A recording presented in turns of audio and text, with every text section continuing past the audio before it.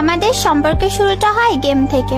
আমার ভয়েস একটু বাচ্চাদের মতো, তো আমার ভয়েস শুনেই সে প্রেমে পড়ে যায় আমার। তার বাসা অনেক দূরে ছিল, তো তাই কখনো আমি তার প্রপোজালে রাজি হইনি, কিন্তু একটা ভালো ফ্রেন্ড হিসাবে আমরা কথা বলতাম। আমারও ভালো লাগতো তাকে। সে আমার প্রতি এতটাই দুর্বল ছিল যে একসময় তার দুর্বলতা দেখে আমিও তার প্রেমে পড়ে যাই। একটু ভালোবাসা পাইলে কে না খুশি থাকে। আমরা দুইজন দুজনের জন্য প্রচুর পাগল ছিলাম, একজন একজনকে ছাড়া থাকতেই পারতাম না। আমাকে অনেক ছেলে পছন্দ করতো, এগুলা দেখে ও সহ্য করতে পারতো না। আমি যদি কোনো ছেলের সাথে কথা বলতাম কত পাগলামি করতো। সে কান্না করতো, হাত কাটতো, সিগারেট খেতো। সে অনেক ভয় পেত যদি আমি তাকে ছেড়ে দিই, অন্য কারোর হয়ে যাই, আরো কত কি। তার পাগলের মতো ভালোবাসা দেখে আমিও তার প্রতি মরিয়া হয়ে যাই। রিলেশন ভালোই চলছিল আমাদের সবাই অনেক পছন্দ করত। রিলেশনের 2 ইয়ার পরে আমি জানতে পারি সে আমার থেকে 2 ইয়ারের মতো ছোট, আমার থেকে জুনিয়র। সে আমাকে বলে আমি যদি চাই সে আমাকে এক্ষুনি নিয়ে যাবে, এক্ষুনি নিয়ে গিয়ে বিয়ে করে ফেলবে। যাই হোক না কেন আমি তাকে ছাড়তে পারবো না, অনেক ভালোবাসি যে তাকে আমি। একটা সময় আমার আম্মুর সাথেও আমি তার কথা বলাই দিই। আমার আম্মু প্রথমে রাজি ছিল না, কারণ বাসা অনেক দূরে, তো কিন্তু এক সময় আমার দুর্বলতা দেখে আম্মুও রাজি হয়ে যায়।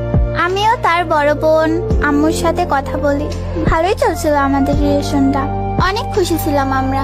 রিলেশনের 3 ইয়ার হয়ে যায়। হঠাৎ করে তার বিহেভ গুলো চেঞ্জ হইতে থাকে। আমাকে এক প্রকার ইগনোর করতে শুরু করে দেয়, খারাপ ভাষায় গালি দেয়, বকাবকি করে, আরো কত কি। তার Facebook ID password, game ID password সবসময় আমার কাছেই থাকে। ধীরে ধীরে সব জায়গার পাসওয়ার্ডও চেঞ্জ করে নেয়। আমি পুরোপুরি পাগল হয়ে যাই। তার আইডি পাস নেওয়ার জন্য কত কান্না করি, সারা রাত কান্না করি, তাকে রিকোয়েস্ট করি যে দিয়ে দাও আইডি পাসটা। কার সাথে কথা বলো যে আমি দেখতে পারবো না। খাওয়া দাওয়া বন্ধ করে দিই, হাত কাটি, সারাক্ষণ কান্না করি। এক সময় আমার এরকম অবস্থা দেখে আমার আম্মু পর্যন্ত ওকে কল দিয়ে রিকোয়েস্ট করে, আমার মেয়েটা শেষ হয়ে যাচ্ছে, একটু কথা বলো ওর সাথে ঠিকভাবে। কিন্তু তাতেও কোনো যায় আসে না তার। সে মাঝে মাঝে আমাকে একটা মেয়ের পিক দিত, বলতো যে তার গার্লফ্রেন্ড। আমি বিশ্বাস করিনি, কারণ তাকে আমি অনেক বিশ্বাস করতাম। এক সময় ওর ফ্রেন্ডের থেকে জানতে পারি সত্যি তার শহরে নতুন কারোর আগমন ঘটেছে। আমি তাকে মেসেজ বা কল দিলেই সে বাজে বাজে কথা বলে, বাজে বাজে পিক যায়।